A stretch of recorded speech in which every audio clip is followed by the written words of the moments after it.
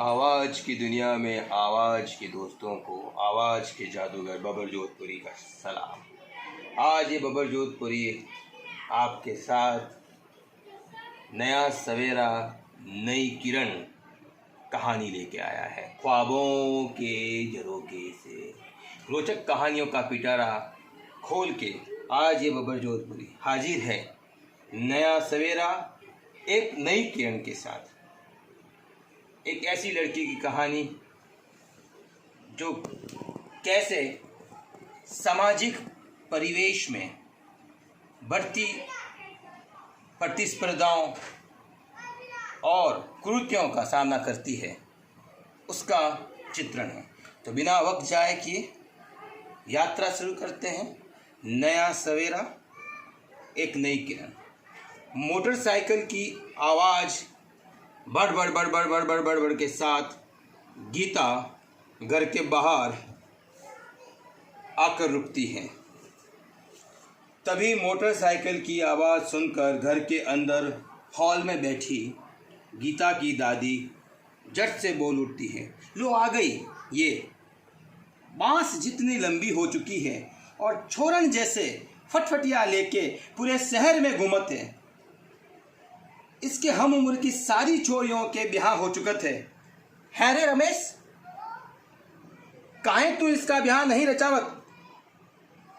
अरे अम्मा, काहे तू इतनी चिंता करत है? अभी तो उसके पढ़ने लिखने के दिन है और तुम्हें पता है कि मैं रिश्ता ढूंढने में पुरजोर कोशिश करत हूँ। कैसी बुर्बक जैसी बातें करत है रमेश। ई जितनी उम्र में मेरे तीन बाल गोपाल हो गए थे। लो अम्मा, चाय ले लो अम्मा। काहे इनसे आप सिर खपावत है? ये गीता के बापू ना आपकी बात मानत है और ना मेरी सुनत है। बस बेटी को छोड़न जैसे तैयार करके फटफटिया दे दी है। लो जी, तुम भी लो चाय। कहती हुई गीता की माँ राधा बोलती हुई सामने कुर्सी पर बैठ जाती है। तभी अंदर दौड़ती हुई गीता बोलती, ओ पापा, मैं आज फिर डिबेट में फर्स्ट आई हूँ।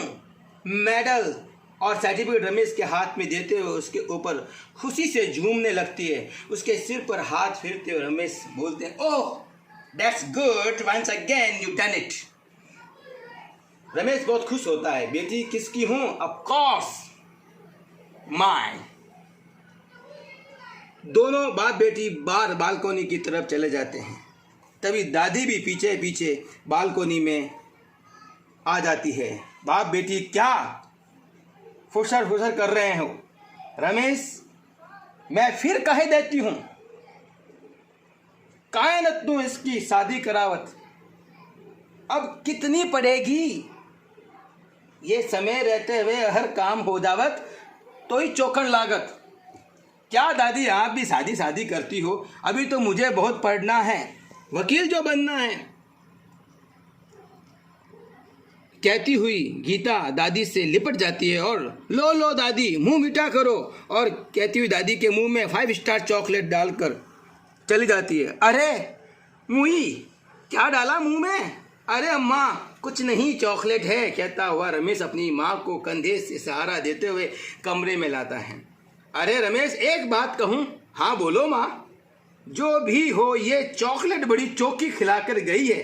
और माँ बेटे दोनों हंसने लगते हैं। कुछ दिन बाद रेलगाड़ी के डब्बे में, अम्मा आपने अपनी दवाइयाँ ले ली हैं? और हाँ, आपका वो नज़र का नया चश्मा संभाल के अंदर डाल दिया ना? हाँ भाई हाँ, अब तू भी बैठ जा सामने। खिड़की से बाहर की ओर झांकते हुए अपनी बेटी से कहता है, अच्छा गीता, मैं अम्मा को गांव छोड़कर आता हूँ, तब तक तू अपना व अम्मा का ख्याल रखना और मोटरसाइकिल भी ध्यान से चलाइयो। ओ पापा, मैं सबका अच्छी तरीके से ख्याल रख लूँगी। आप आराम से दादी को छोड़कर अपना गांव वाला काम कर पूरा और फिर आना। अच्छा दादी, प्रणाम, अच्छे से जाना। हाँ, खुश रहो और जल्दी से तेरे हाथ पीले हो, मेरी तो यही इच्छा है। तभी इंजन की आवाज़ पॉन्ग के साथ गाड़ी रवाना हो जाती है। अगली सुबह गांव में, लो सावित्री बहन, ये देख लो लड़के की फ़ोटो। अपने गांव के ही आनंद जी का पोता है, जो अभी शहर यानी अपने रमेश के ही शहर मुंबई में ही किसी बड़ी कंपनी में CEO है। अरे रामचरण भाई, ये CEO क्या भला होवत है, थोड़ा बताओगे? गीता की दादी रामचरण से पूछती है। अरे सावित्री बहन, ये अपने ऑफिस का मुखिया होवत है। ओहो, अच्छा मुखिया? तभी रमेश बीच में बोल पड़ता है, ये बताओ काका, कौन सी कंपनी में है? हाँ कोई, अरे अच्छा, कोई गूगल या इन्फोसिस होगी शायद। बेटा रमेश, आजकल कंपनियों के नाम बहुत अजीबो गरीब होते हैं कि याद ही नहीं रहते। अब तू चुप कर।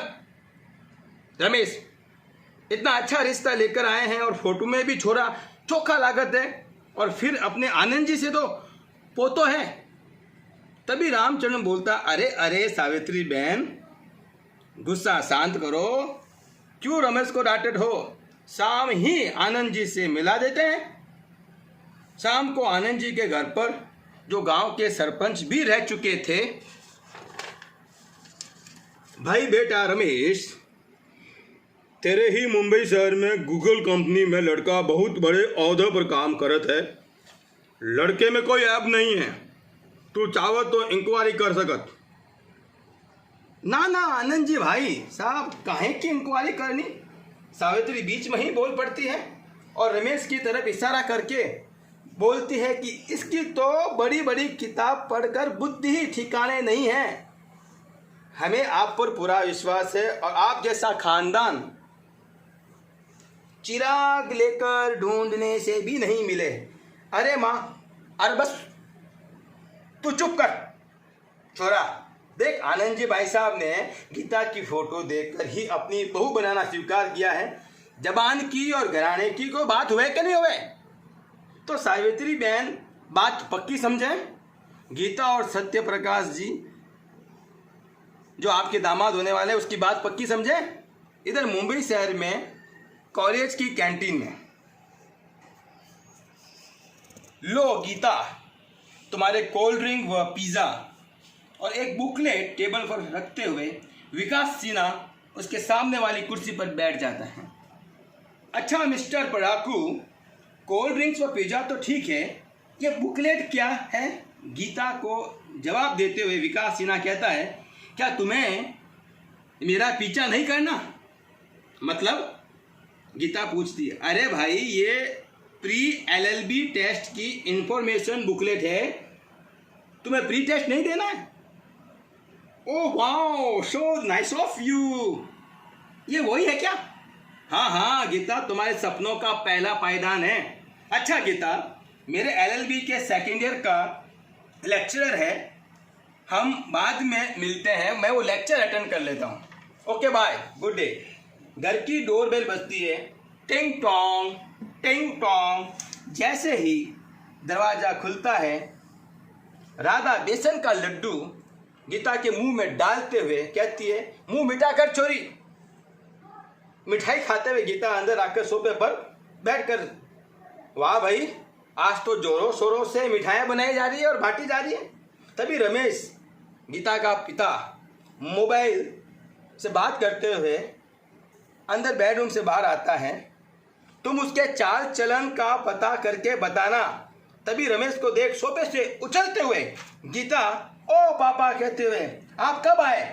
पापा से गले मिल जाती है, लिपट जाती है। तभी मोबाइल रमेश के हाथ से नीचे गिरकर छिटक कर गिर जाता है। अरे अरे बेटा, संभल के। और आप कब आए पापा? पर आप टीचर से जासूस कब बन गए? किसके चाल चलन का पता लगा रहे हो? तभी राधा किचन से आकर रमेश को चाय देते हुए गीता से कहती है, अरे भाई, हमारे दामाद का और किसका? क्या दामाद? मतलब? लो टीचर साहब, इतना पढ़ाने के बाद भी बेटी को दामाद का मतलब नहीं पता? अरे छोरी, तेरे पापा तेरी सगाई करके आ गए हैं। लड़का यहीं अपने मुंबई में गूगल में ऊंचे ओहदे पर है। क्या पापा ये सच है? हाँ बेटा, अपने आनंद जी चाचा का पोता और है। मैं पूरी इंक्वायरी भी करूँगा। तेरी दादी और तेरे माँ के जिद के आगे मुझे तेरी सगाई तय करनी पड़ी। ये ले ले ले, लड़के की फ़ोटो है। पर पापा, मेरे आगे की पढ़ाई? बेटा, मैंने उसकी बात भी कर ली है। लड़के वालों को कोई ऐतराज़ नहीं है, तुम उसे आगे जारी रख सकती हो। तभी मिठाई टेबल पर गुस्से से गीता रख देती है और बालकनी की तरफ चली जाती है। पीछे पीछे रमेश भी जाता है, बेटी के दोनों कांधों पर हाथ रखते हुए। क्या तुम्हें अपने पापा पर विश्वास नहीं? पर पापा, मुझे तो एलएलबी प्री टेस्ट देना था। हाँ तो दो ना। गीता और कुछ बोल पाती, रमेश बोल पड़ता है, बेटा, चाहे तेरी दादी की जिद हो या माँ का उतावलापन, पर तेरे बाप ने जबान दे दी है। मेरी इज्जत अब तेरे हाथ में है, यानी तेरे हाँ या ना में है। तभी गीता अपने पिता के सीने से लग जाती है, उसके सिर पर हाथ फेरते हुए। ओ बेटे, 2 दिन बाद रमेश का फ़ोन बजता है। ट्रिंग ट्रिंग। हेलो, रमेश जाखड़ बोल रहा हूँ। क्या? ओहो, अच्छा अच्छा, ध्यान रखिएगा। हाँ जी, फरमाइए। तभी सामने से फोन पर गीता का ससुर, आनंद जी का बेटा और सत्य प्रकाश, जो रमेश का दामाद बनने जा रहा था, का पिता महिपाल चौधरी बोलता है।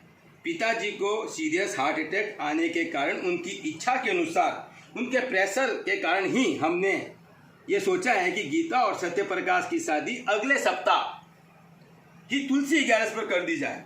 फोन की दूसरी तरफ रमेश पर, इतनी जल्दी? कोई व्यवस्था, कोई इंतजाम? फोन की वापस दूसरी तरफ, अरे जाखड़ साहब, इंतजाम तो हम करवा देंगे। वैसे सावित्री काकी को कोई ऐतराज नहीं है और मेरे ख्याल से आपको भी नहीं होना चाहिए।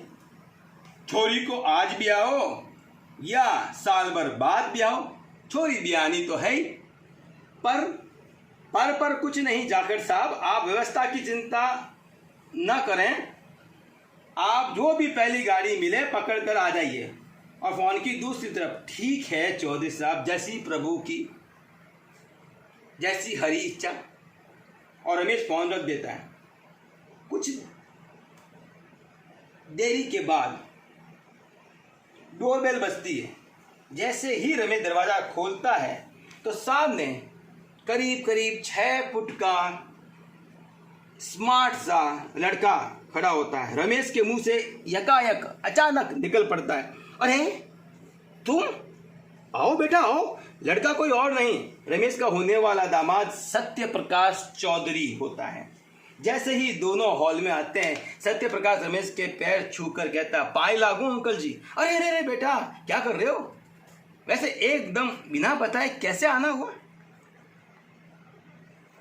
क्योंकि गीता और राधा दोनों शॉपिंग के लिए बाहर गए हैं, इसलिए ही पूछ रहा हूँ बेटा, बाकी तुम्हारा ही घर है। कोई बात नहीं अंकल जी, अभी आपकी पापा से बात हुई होगी? हाँ हाँ बिल्कुल हुई है, उनका मुझे भी फ़ोन आया है। दादाजी के बारे में पता लगा और अगले सप्ताह शादी के बारे में। मेरे लिए बड़े बुजुर्ग का कहना आदेश की तरह होता है, इसलिए मैं अगले सप्ताह शादी के लिए तैयार हूँ और मुझे कोई दिक्कत भी नहीं। ओह हाँ, जिस काम के लिए पापा ने भेजा है अंकल, आपको कोई गाड़ी रिजर्वेशन कराना पड़ेगा, तकलीफ होगी, इसलिए पापा ने मुझे कहा है कि तुम उन्हें अपनी ही गाड़ी में ले आओ, क्योंकि मुझे तो वहाँ जाना ही है। अरे अरे बेटा, हम कैसे? आप बेटा भी कहते हो और इतनी फॉर्मेलिटी भी करते हो। तो फिर पक्का हुआ अंकल, परसों मैं गाड़ी लेकर आ रहा हूँ, आप तैयार रहना।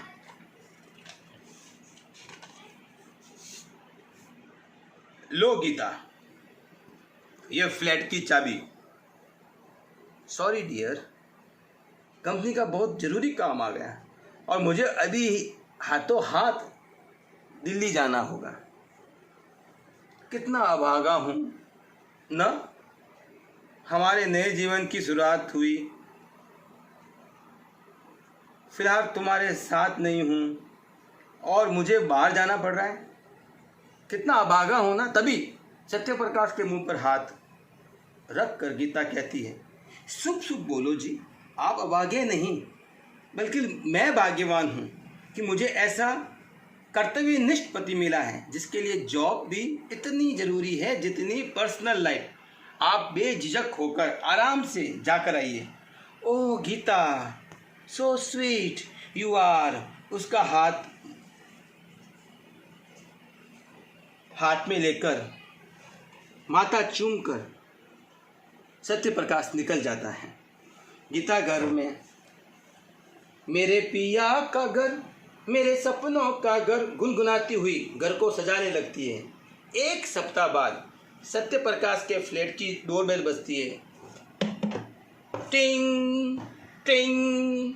आती हूँ कहती हुई गीता दरवाज़ा खोल जैसे ही देखती है उसे गुलाबों का गुलदस्ता दिखाई देता है, जिसे हटाकर एकदम सत्यप्रकाश बोलता है, ओह माय डार्लिंग, तुम्हारे प्यार की कशिश मुझे बहुत जल्दी ले आई। ओ आप, कहते हुए उसके गले लग जाती है।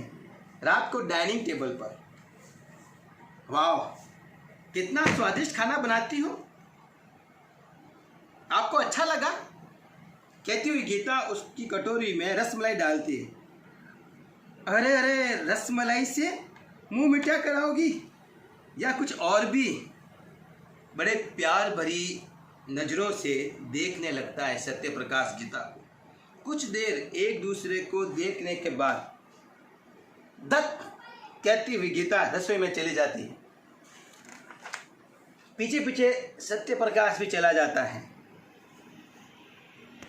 रसोई में सिंक के पास बर्तन साफ करती हुई गीता के बिल्कुल पीछे जाकर सत्यप्रकाश खड़ा हो जाता है। क्यों जी, हमारी बात अधूरी रह गई, पूरा नहीं करोगी क्या, गीता पूछती है। अच्छा जी, अभी बताते हैं। फटाक से वो गीता को अपनी बाहों में उठाकर उसे बेडरूम में ले जाता है और दरवाज़ा बंद कर देता है। अगली सुबह फ़ोन पर, बेटा तुम खुश तो हो, रमेश गीता से पूछता। हाँ पापा, बिल्कुल खुश हूँ और मैंने वो LLB का प्री टेस्ट का फॉर्म भी भर दिया है। दैट्स गुड, लो तुम्हारी मम्मी से बात करो। इस तरह 7 महीने गुजर जाते हैं। गीता 5 महीने के गर्भ से भी हो जाती है। एक दिन रात को डोरबेल फिर बजती है। रोज की तरह गीता दरवाज़ा खोलती है तो सत्यप्रकाश और उसके बगल में एक लड़की को खड़े देखती है। Abhilasha, meet my wife Geeta. Oh hello भाभी जी, आओ please come inside. Living room में तीनों बैठ जाते हैं। अच्छा, गीता से,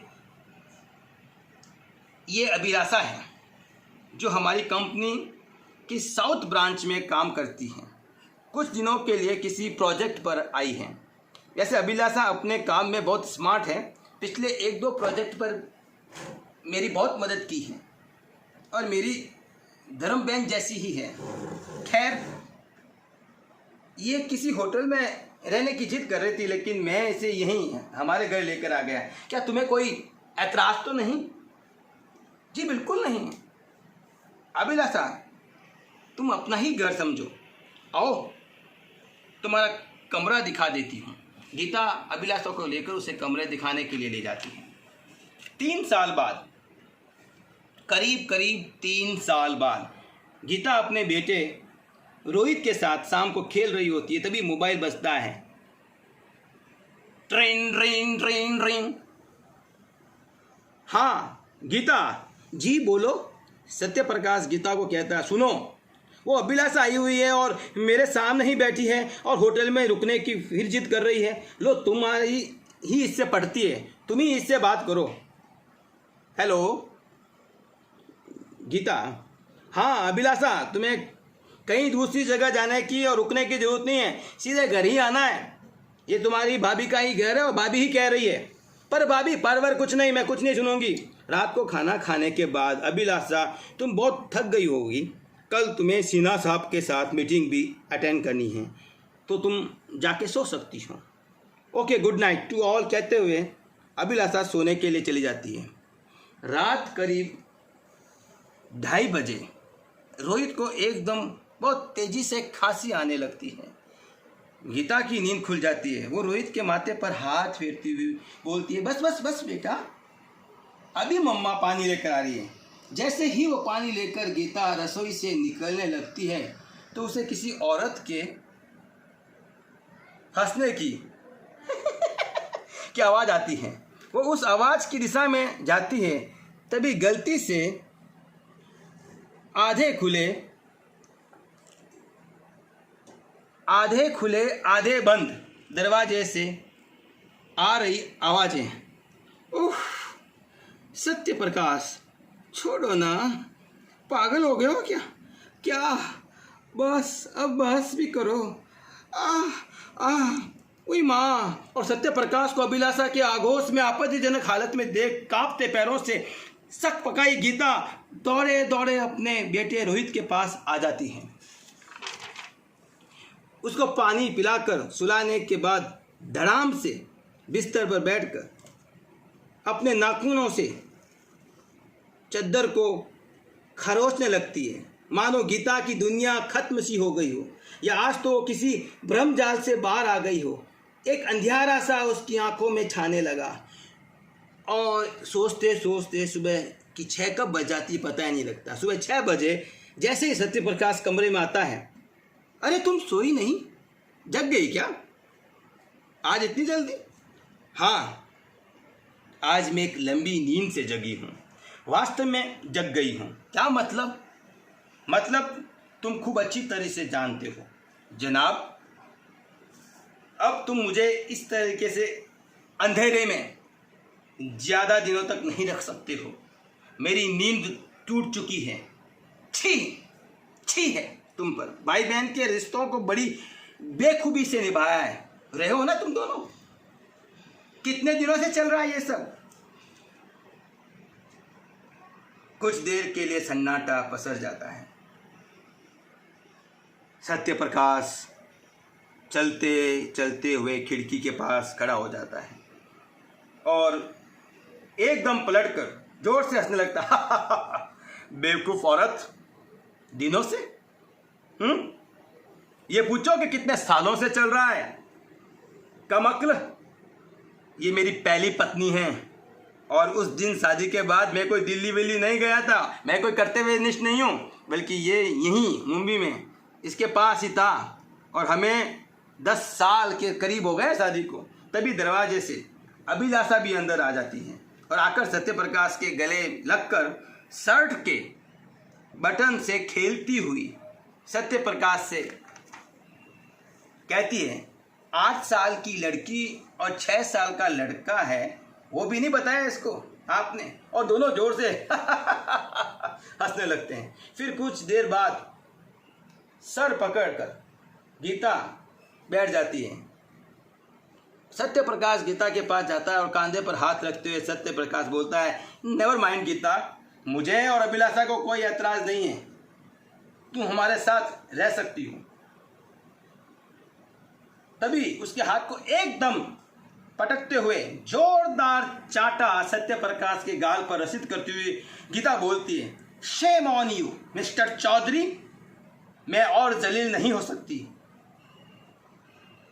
बस मेरा एक ही सवाल है तुमसे, अगर तुम शादीशुदा थे तो मेरी जिंदगी क्यों बर्बाद की?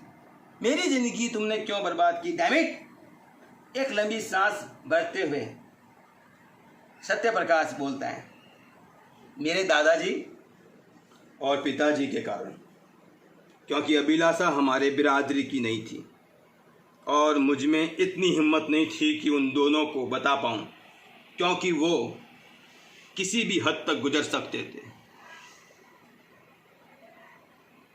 कोई हद तो तुमने भी नहीं छोड़ी है सत्य प्रकाश, कहते हुए रोहित को उठाकर वो अपने पिता के घर चली जाती है। अभिलाषा सत्यप्रकाश से पूछती है, डियर, अब तुम्हारे घर वाले? पेपर वेट को टेबल पर घुमाते हुए सत्यप्रकाश बोलता है, दादी जी तो कब की चल बसी थी। दादाजी शादी के 5वें महीने में ही चल बसे और पिताजी को पैरालिसिस का पिछले साल ही अटैक आ गया है, और जिस कारण पूरी जायदाद तुम्हारे इस सत्यप्रकाश चौधरी के नाम हो चुकी है। डोंट वरी बेबी, कहते हुए वो पेपर वेट को ड्रेसिंग टेबल के कांच पर मारकर चला जाता है।